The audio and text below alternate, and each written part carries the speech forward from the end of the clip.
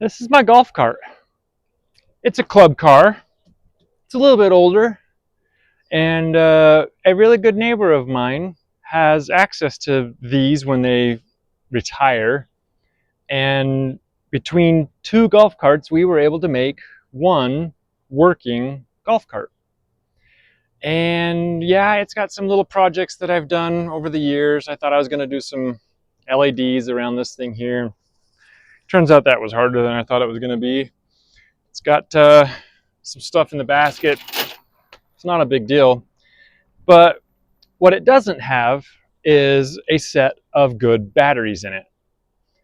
It has a set of bad batteries in it. And each one is 8 volts, and there's 6 of them. So it's a 48 volt golf cart. And a new set of lead acid 8-volt batteries is over $1,000. And I'm a little cheaper than that. And so I found a lithium ion battery on Amazon for a few $100s less than $1,000. And so I'm going to put it in this golf cart. And I thought it would be interesting. So I'm bringing you along. So stick around. Let me give you a tour of the golf cart, especially the area where we're going to be working. And then you can watch me fix this with a new battery. So stay tuned. Before I take this seat off, I want to impart upon you some wisdom that was imparted to me by the guy who manages to manage a whole bunch of these at his job. To take this seat off, lift it up like that, put it into your thigh, and just lift it off the end like that. That way you're not dinging up the body and dropping the seat. Let's take a gander in here. Before I started videoing, and before I knew I was gonna make a video, I already decided just to nip all of the cables. So I'm not gonna try to mess with them. They are covered in all kinds of corrosion and stuff. And look at this, there's a little, I think it's a 12-volt voltage regulator in here that drives the front lights. Look at that, she melted. And wires got all dried out and stuff, and there's a big black burn scar on the underside of the seat. So I guess it's a good thing I keep this outside. Would have sucked to have a golf cart fire on the side of your house. Been embarrassing. But anyhow, the first step here is to take out all these little wires that I put back in so that we could make this video look like I didn't already start doing this. And take these and put them in a pile in my shop because I cannot bring myself to throw these things away. Look at how corroded that is. That is all just copper that has been turned into whatever you do, whatever you call this. So I am so incredibly excited to be done with lead acid.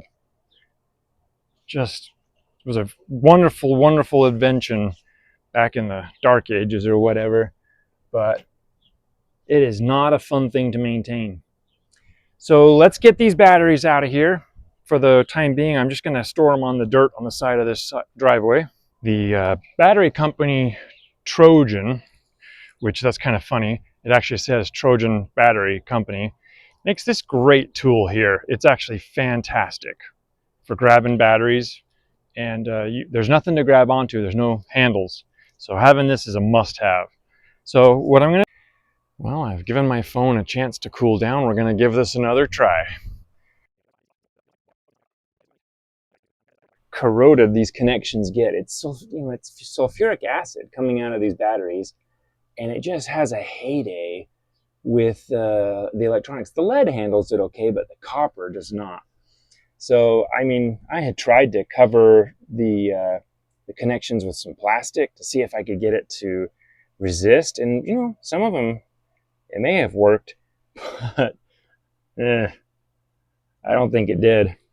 So anyway, let me get these batteries out of here, and let's get this in the garage out of the sun. So hold on one second, let me get the tool.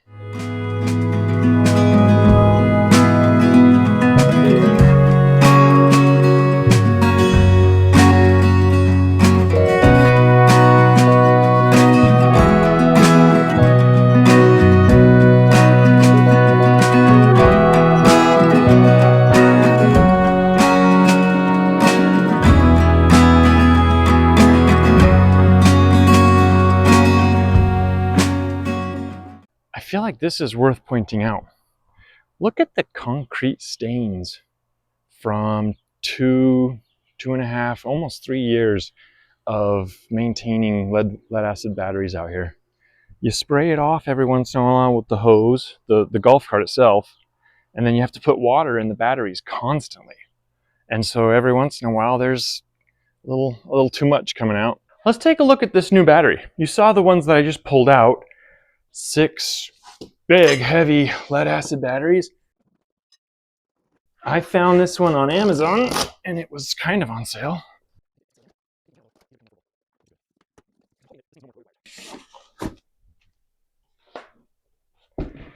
Alrighty.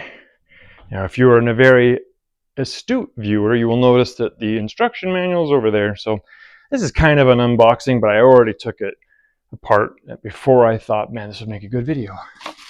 So we've got this gigantic 48 volt, 100 amp hour lithium ion battery, the charger, and my goal is to screw this to the bottom of the seat. So the charger will now go with the golf cart. There's some accessories, including the digital readout that tells me what the battery is, temperature and stuff like that. We're going to mount that probably maybe either in there, I don't know, bend the bracket and mount it here. There's a lot of options. Probably in something like that so that it's out of the sun, still visible. And then there's some communication wire and a power wire. So that's all good. What's left in the golf cart? So watch this, one-handed. Oh, you gotta get your hip in the right spot. Pull it right off. What we're left with is, this is the positive wire for the charging system. It connects to this, which is the charging bracket. Still have the tow run thing. I believe that's probably still important to, if you're ever pushing it, put it into tow. We've got a line that's coming off of, there's a relay in the back, a servo relay? No, solenoid. And as you can tell, that looks brand new. Yeah, I went ahead and I already ran this wire because the other one was too short and corroded. So I'm sorry you missed out on that. And then the neutral or negative wire is the original one with a nice, bright, shiny copper fitting. So I'm sorry that you guys missed out on a couple of things. I'm going to try not to do that anymore. Let's see. I also have an accessory for lights and a horn, and that is a dead buck converter. Thankfully, I think I have plenty of buck converters, so we'll figure that out. I'm going to throw that off to the side for now. Let's see, more stuff that I think is for the charging system. Don't know what we're going to do with these. I don't think we need them at all, but let's see what else. I think everything else here is just going to be the way it is. So first thing we need to do, let's see if this battery even fits in here.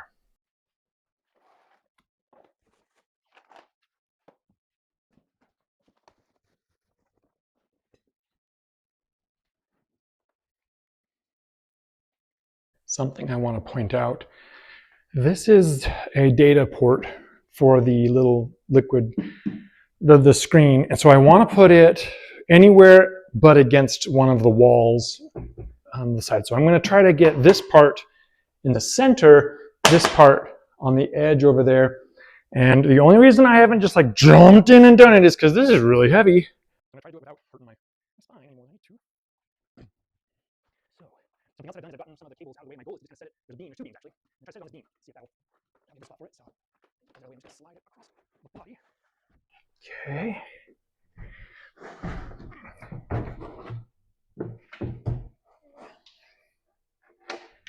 All right, so that's with it sitting on the beam. And the question is, will I be able to close the lid? And I'll bet you I can. Seems a little high on that end over there. But if I just kind of do that kind of thing there, we might have a little more room because there is a lip here.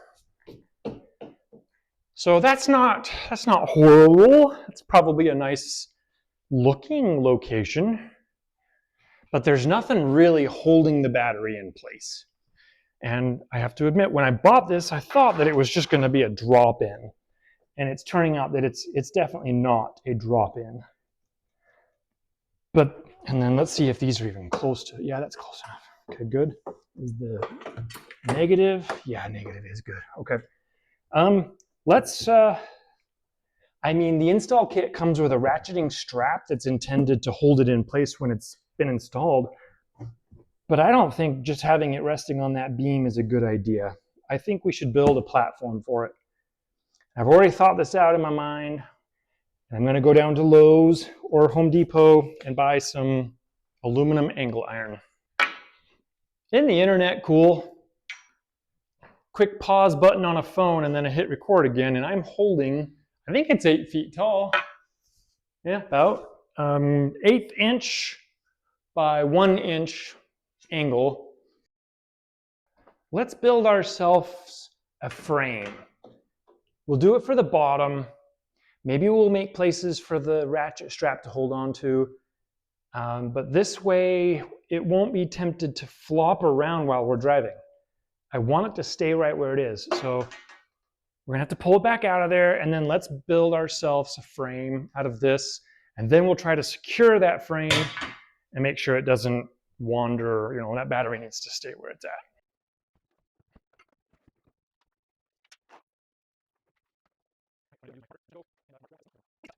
All right, I got a measuring tape. Looks almost like 19 1/4. Let's see if it's the same. No, it's 19 1/2 on the top. So 19 1/4 by 10 1/4. Yeah, so I gotta be careful. My plan is to use a solid piece, cut out some notches and bend it closed. I just need to be aware that there's a little bit of loss when I do it that way, so I don't wanna accidentally 45 that there. So I just don't wanna make this thing be too small just because I'm being greedy. So 19 1/4. So 19 1/4 is right there.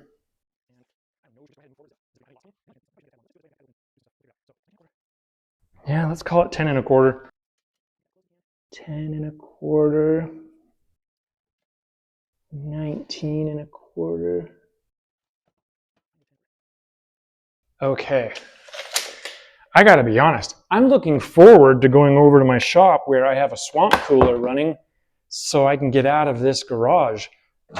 It is miserable in here. So, length and, oh no, I don't have enough. 1, 2, 3, I need another one. Wait, I have it. No mind, sorry. Okay. Yeah, let's go over to the shop, get some AC going, and get out of this sweltering garage. All right, how do we best draw this 45-degree angle bit consistently and correctly? And I think I'm gonna make a template. Found this piece of bracketry somewhere in my shelf system. It's got a nicely cut relief right there. Looks like a nice 45-degree angle there. When I press that up against the inside, I've got 2 marks there and there. I think I'm just gonna set this in the vise and give it a little tap and see if we can make ourselves a very nice, consistent 45-degree. I got myself a little hammer, and I'm in the shop. The pump is pumping water into the cooler, but it's not running yet, so we're sweating. It is a hot day here in southern Utah. Okay, so that looks pretty good. Let's just tap, tap, tap-a-rooney. Tap, tap, tap, tap, tap, a tap, a tap. I would have killed for tap, a tap. Yeah, that looks pretty good. Always put your hammer away where you last found it. It's my rule in my shop. If you're gonna put something away, put it where you last looked for it first. I don't know if that makes sense to anybody, but it does to me.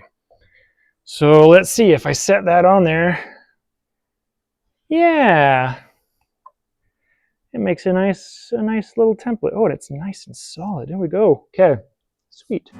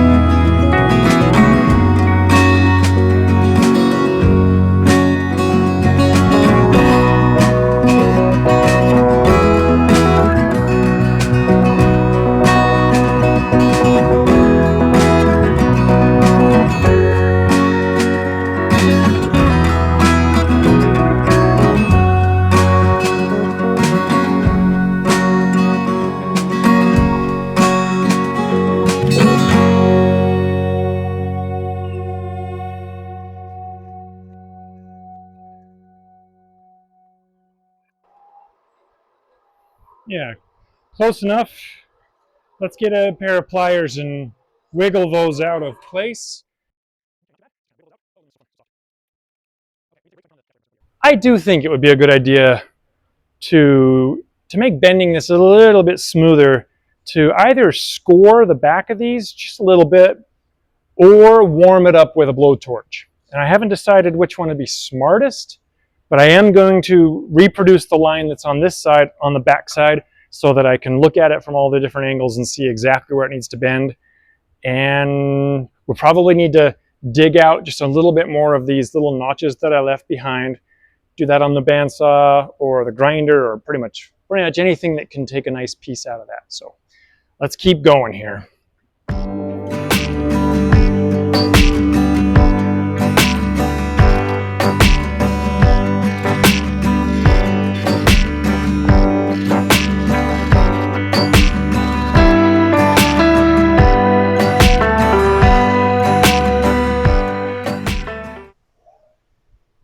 It's hot.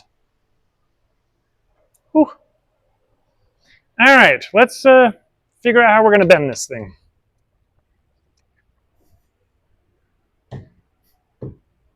All right, I think we knew heat was going to get involved eventually, so let's bring it in now.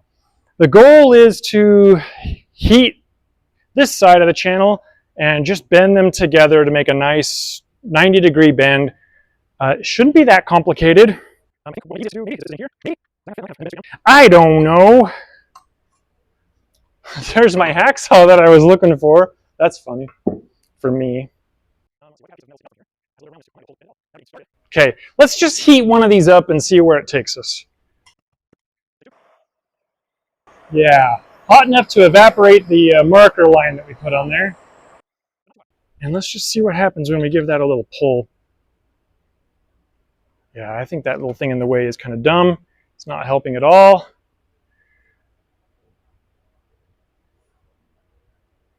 Well, that looks darn near 90 degrees. I left myself a nice giant gap that I'm gonna have to fill. And we're gonna use a product from the 90s called Alumaloy. So if you haven't heard of Alumaloy, stay tuned. It's what we were sold en masse on TV in the 90s. They were like, this is the best product ever. All right, so we're close to 90.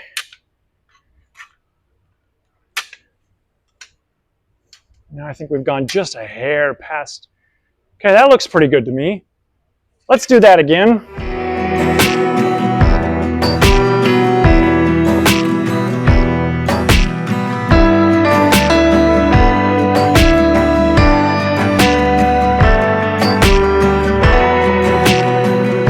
Oh, that's good enough. So, okay, we have a little bit of a gap there to fill. Ooh, it's hot. Okay.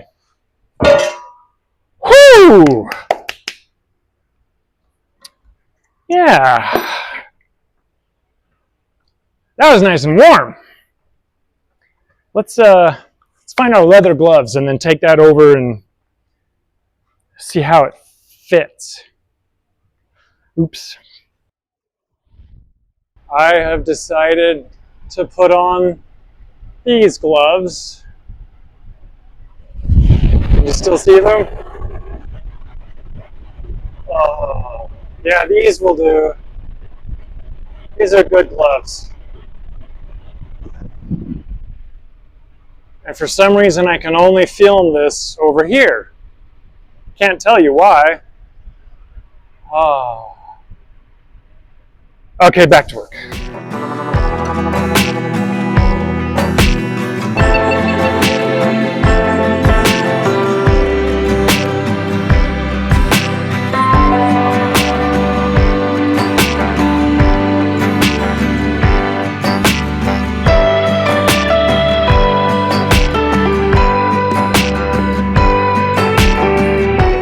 Yeah, if we go ahead and just leave that little gap the same way it is everywhere else and weld those closed, we got a working bracket. So let's go back to the shop, model our gloves again in front of the AC. This is called Alumaloy. It was marketed in probably the late 90s on TV a lot. a small bundle for like $25, mail order only. This was before I had a credit card or anything. I would send a money order. You guys ever buy a money order? Anyway, you'd mail this to the company, and I still have this because it hasn't been a really good thing for me, especially with just propane. But now that they mix MAP and propane together, I'm wondering, is that going to get hot enough to melt this stuff on that thing? And this markets as really strong and binds to aluminum well. So, and it also says it covers gaps well. So where a TIG welder might not be easy because of that wide gap, this is supposed to jump across gaps. We'll see, but I'm going to give it a try. I haven't for a long time. I just need to find a surface in my shop that is safe for me to heat. It'd be nice if it was directly in front of this fan, but I don't think that's going to happen. So I'll probably be out in just the area in front of my shop where there's that metal table. So let me set that up, and we're going to try MAP gas first. If that doesn't work, the tiniest oxyacetylene torch I have might work too. I don't want to destroy the aluminum. I want to weld it. I do have a TIG welder. I don't have the gas that's recommended to go with it. And that is a non-weekday trip into town and some money. Thankfully it'll be less than $1 grand. But I'm not ready to mess around with TIG yet. I want to do this cheap and easy. So let me set some stuff up. Let's see if we can get this Alumaloy to flow. All right, I'm going to start with the joint that seems like it's the farthest away from the loose one, and the one that is, oh, you know what? I've got a better tool for this. Hang on a second. Okay, second of all, we've got to get the oxides off.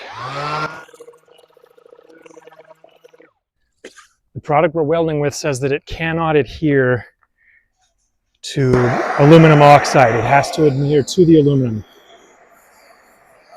Another goal of this is not to melt this aluminum. We want to get this aluminum hot enough to melt this rod, but this rod's only going to stick to the surface of the aluminum. It's not going to penetrate in or anything like that. We also want to avoid getting the tip of this too hot with the torch, and the way you test to see if it's warm and ready is you just scratch. There we go, see that? And now to bridge that gap. There, did that work? You see it's kind of rolling downhill. There you go. That's an Alumaloy finish right there. And to be completely honest, it looks all right. It didn't really fill the gap too much, but if we try to go at this from the top, we'll be left with a bunch of goo on the top. So let's just move on to the next joint.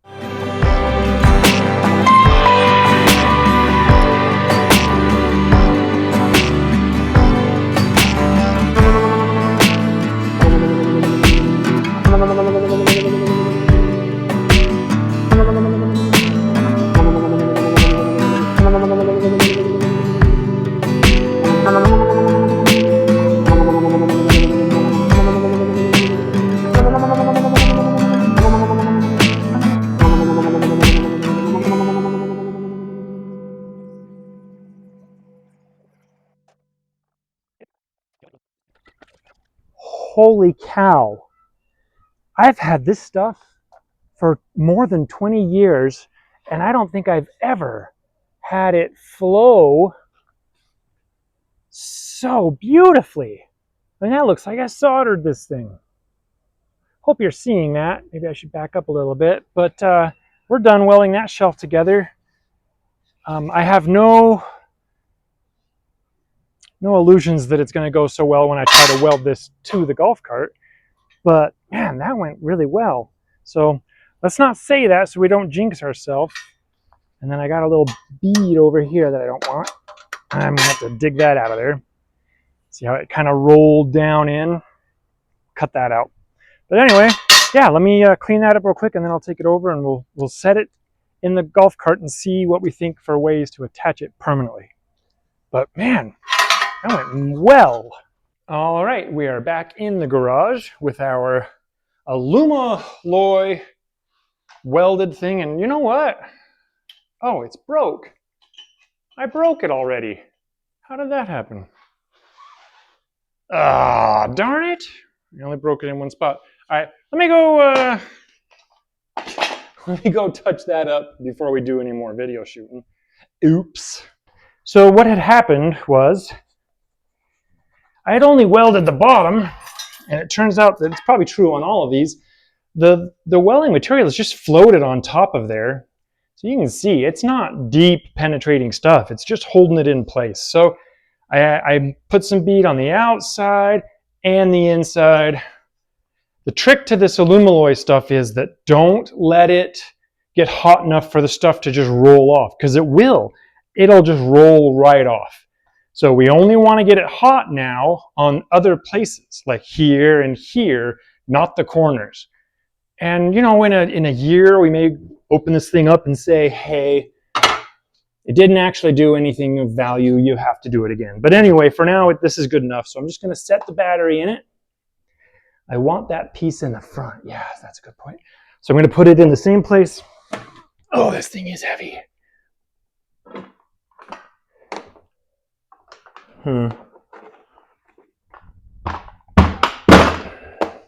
We in? Sure. Okay. I'm going to tighten this strap. We're going to use a marker to try to get an idea of where this aluminum frame can go once it's in the golf cart.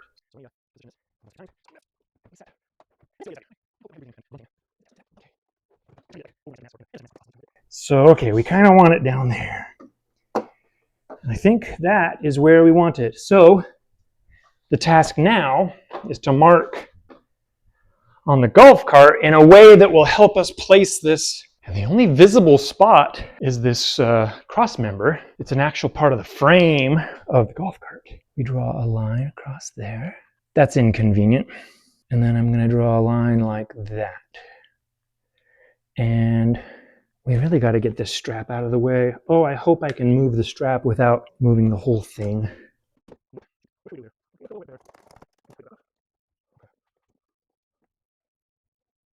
And sadly, I don't have anywhere else to make a line.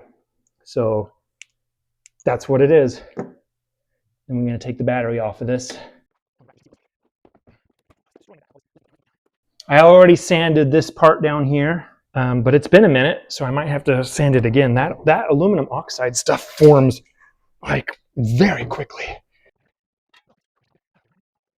And all things considered, it might actually be better to try to put this in place with some screws, but I don't like that idea. I'm just gonna weld it on. So what I need are more marks. And Alumaloy is kind of an interesting stuff.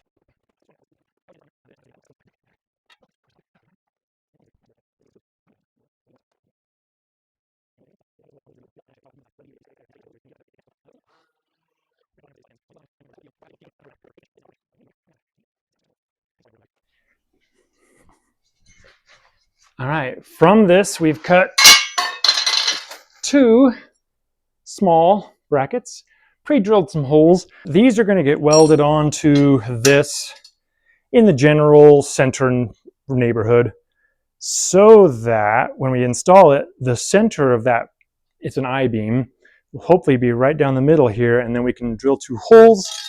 And these little guys that were sold to me when I installed the solar panels, but I didn't end up using a single one of them, and the hassle of returning it was a bridge too far. So let me make some marks on these with the marker, and then we'll sand around those marks, and we'll do a little bit of this welding. It's not cold welding. It's nothing like that.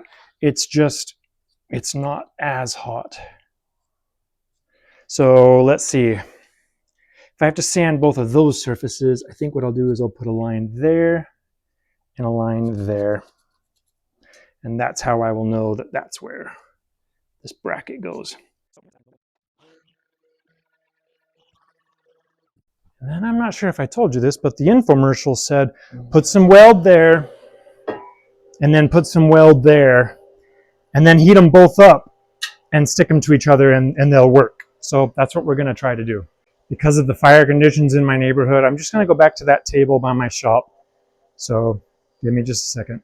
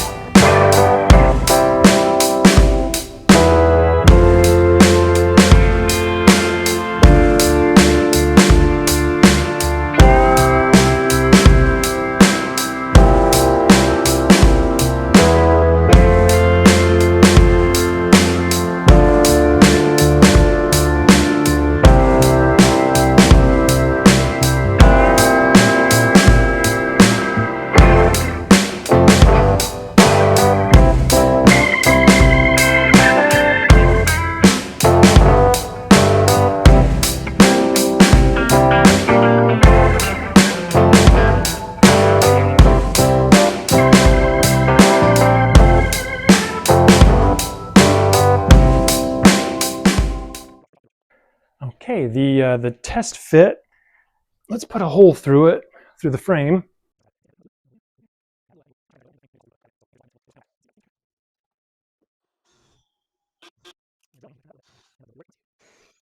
Nice and easy. And then let's put a screw or a bolt through that so that every future bolt is like right where we want it. Quickly find what socket it is by doing this. And then I am hoping that this bottom piece will engage with the frame and I won't need to grab onto it. Oh, it's just going to rotate. I can feel it underneath me there. So apparently we're not as close to the frame as I thought I was.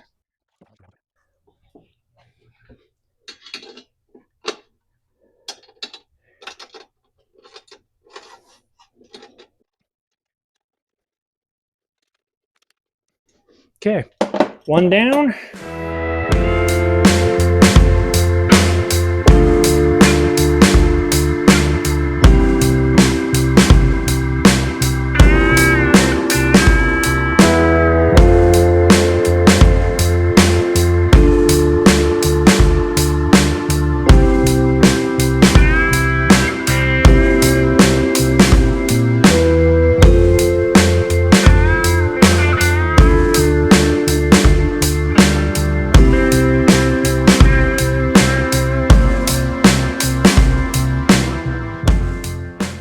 All right, let's get a summary of what we've done so we can see what's left for the installation of the bracket.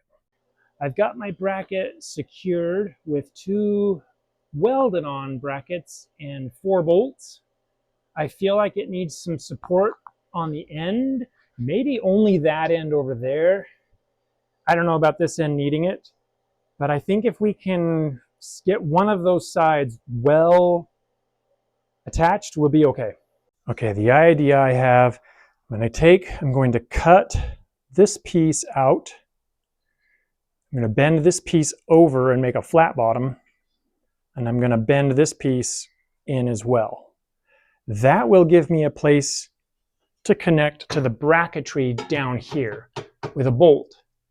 Then I'll come back and I will cut, it'll be at a gentle angle, mark where it's going to be, sand it, remove that, take it over and weld these 2 together so that this piece is welded to that piece and then bolted to the bottom down there. And then that should be good enough for me. So I'm going to do this offline because this video is getting crazy long for such a simple thing. The piece looks like this. No heat needed. I just made some cuts and some bends. Yeah, so if I weld that right there. Okay, so this is just going to go right here. I think in the middle is good. And what I'm going to do is I'm going to mark the inside where I believe it should go.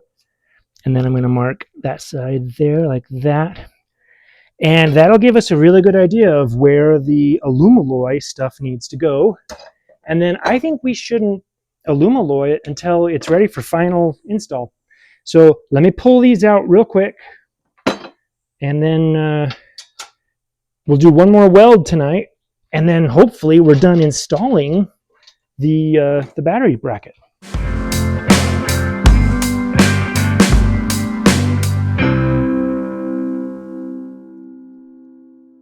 I've hit what I'm going to call a snag. I went ahead and put the beads on this and the other side down there so that they can be welded together. The plan was to come in here and seat that down there and do the welding. But I can't heat that up without melting this plastic frame. So I think the right thing to do is going to be install it, C-clamp it, which is going to make it harder to heat. But with a C-clamp, I can then take this off, heat it, get the weld to meld, and then take the heat off of it, install it, and I'm done.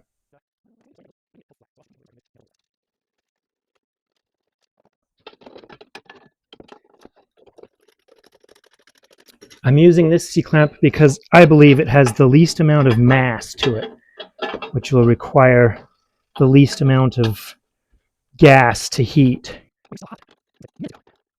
Okay, try to line those up kind of close to where they were.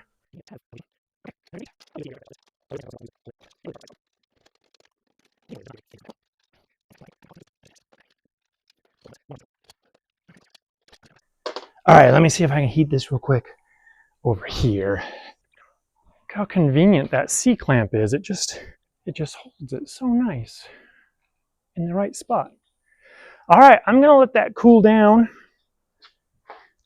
And I think I'm done building this bracket. All that's left now is to drill a hole for the other side of that, put this in, and yeah, as long as this guy is still holding, he is, I think we're okay. I think this is gonna work. It is a heavy battery, but it's got a middle point and a really good end point holding it in place. Can't think of anything else I can do to this other than put it in and try it. I just gotta try it. So that's what I'm gonna do tomorrow. So we'll see you in the next bit. And we're back. New evening. Let's just do this. Let's get it over with. Tired of working on this. So let's just put this last bolt in, drop the battery, hook it up, and go.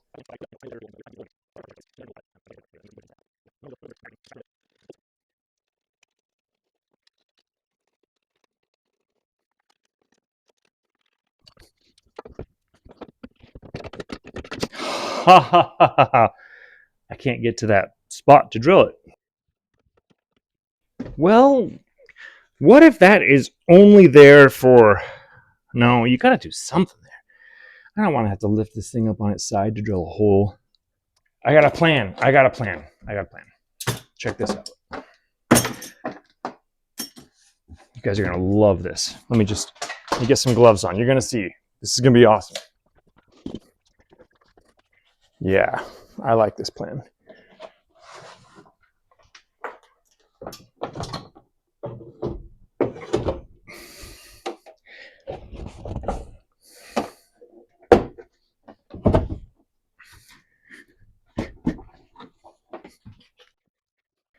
Can you see the plan, Foreman?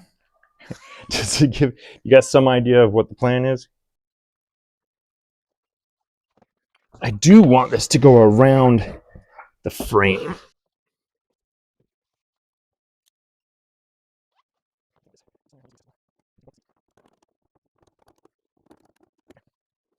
We'll cut that later. Okay, guess what? Battery is installed. Let's connect it up. There's only one piece that's missing. We need the bolts and the charging harness.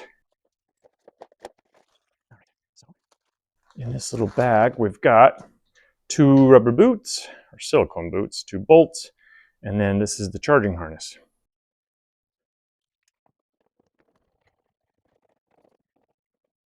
Okay, that's nice and tight.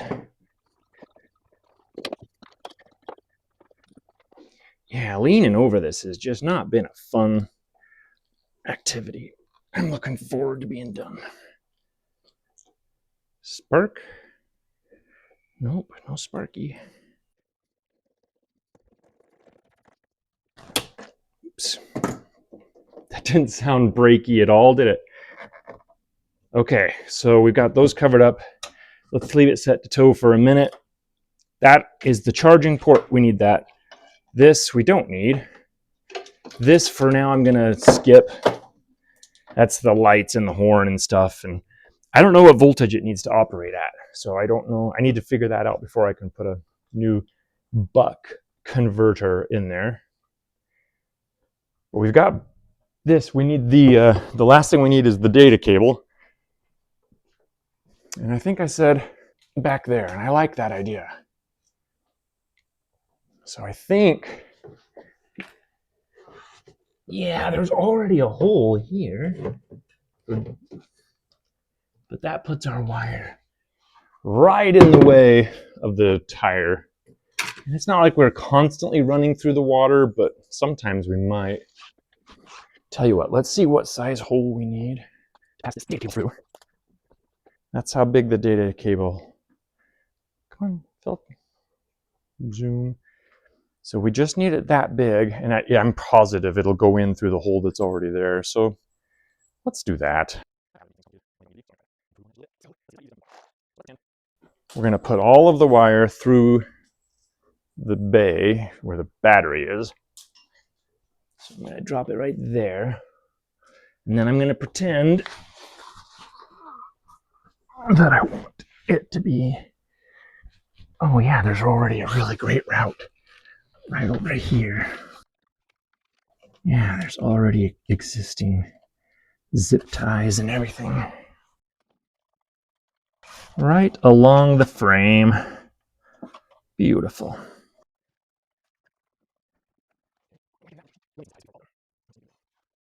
Oh, spiders. Are you kidding me? Black widows came on this thing in this amount of time? Who else absolutely hates it when you put your hand into a black widow's cobweb? You can tell because they snap. Ugh. Okay, that's connected. I do want it recessed back there a little bit, but I think for today I'm just going to set it there.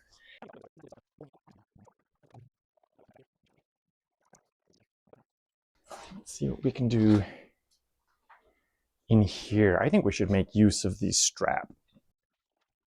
So let's bring all of the extra up on top and then fold it back into its original shape.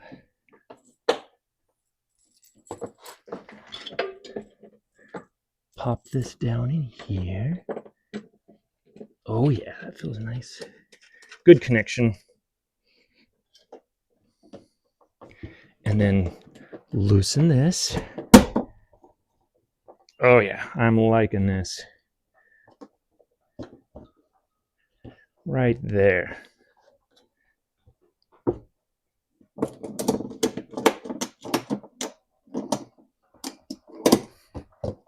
Okay, that's not going anywhere. Let's keep this up on top as well. And I think this is good enough to test drive. So let's put the seat back on it, check for the fit, make sure that the seat fits.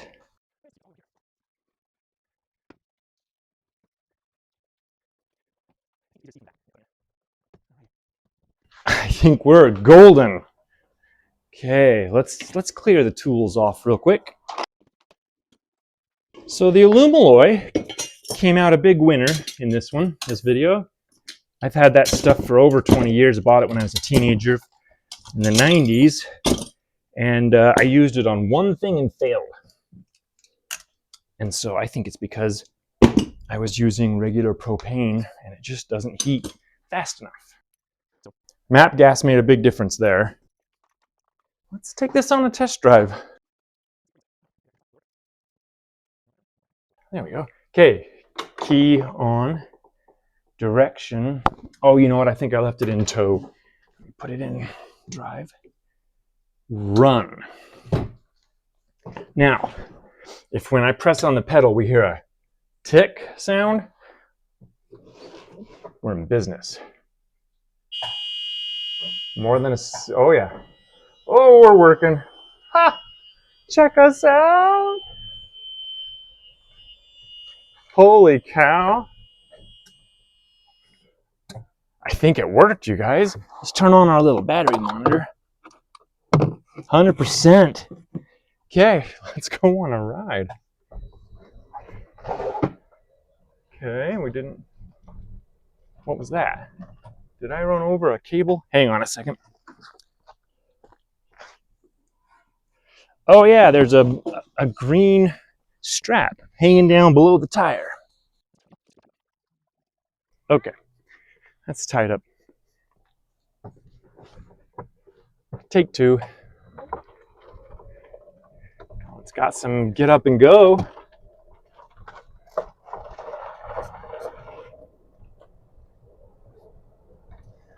Oh man, we are golf carting.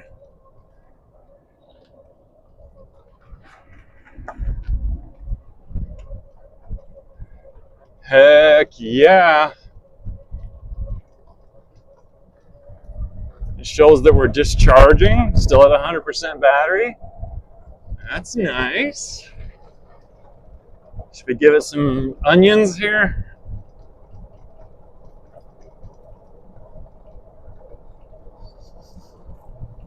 Not seeing any smoke behind us.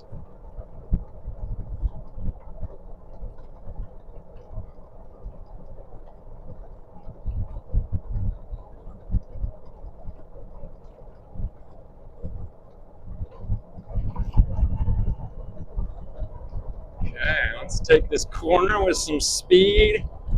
Go full throttle. All right! Oh, yes!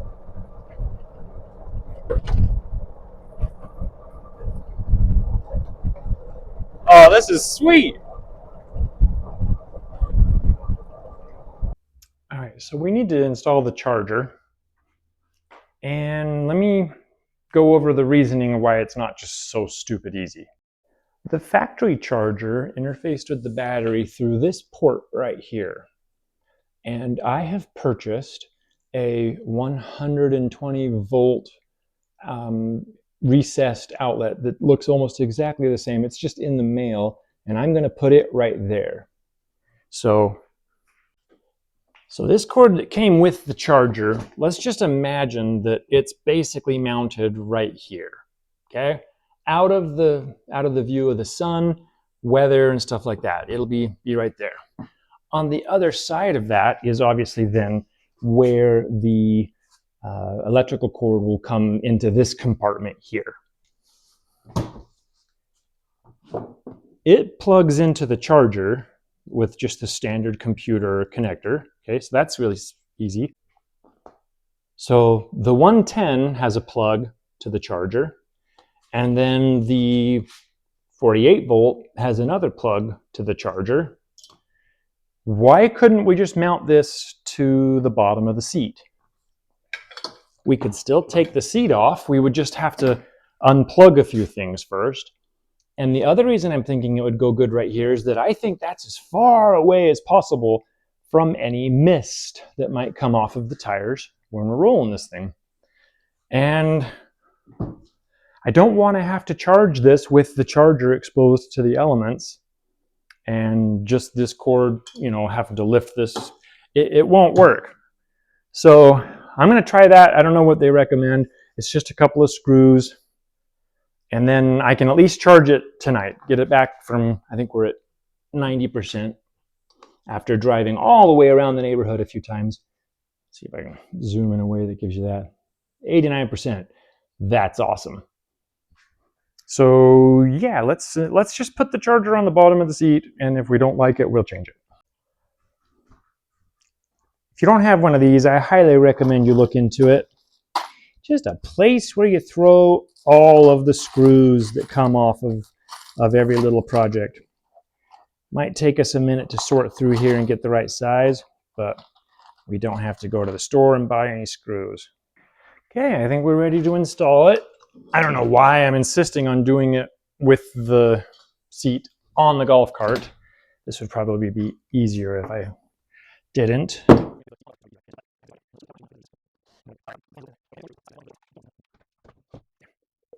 Good, and every one of these screws is a different screw, so no one can accuse us of being consistent. Oh yeah. Whoa.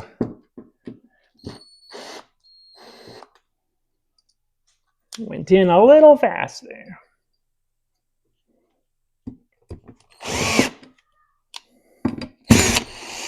Not long enough.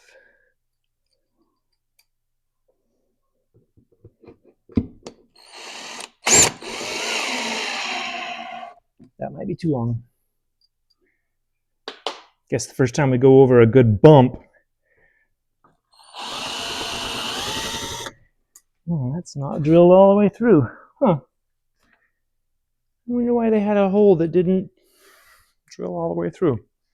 All right, it's being held on by 2 screws. Let's go ahead and plug that in. And we may as well plug this battery charge in. Ah, don't fall.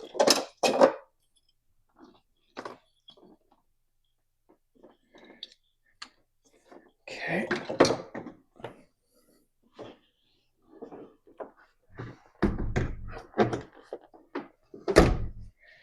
Okay. Well, I think that's it for tonight. Till I get that adapter in, the only way to charge it is with the cable going underneath the seat. Since I don't know exactly when the charging port arrives, I think I'm going to call that the video. I think it's long enough. The biggest part was getting the old batteries out and building the bracket. This really wasn't that complicated of a job. It's just that it took some time to get that aluminum cut, purchased, and installed. So there you go. It's not that hard to replace the lead acid batteries with a nice big Lifepo. And I will put links to the battery. I don't have an affiliate store or anything like that, but I can share which one I did buy so that you can see which one I actually put in here. And then maybe the last piece of information, I'll try to get the exact model of this club car, because that might be important. You might want to know if this is the same model that you have. But I got a feeling if yours holds 6 8-volt batteries, you'll probably have the same format, or the space will be arranged the same. So thanks for joining me as I do this little project, little side gig, and I'll post some follow-ups maybe if I run into problems putting that last connector in. So thank you as always for watching, and have a great day. I'm not saying I don't trust it, but I'm gonna charge this thing outside tonight. I don't think it's a good idea to charge this inside the house or in the garage.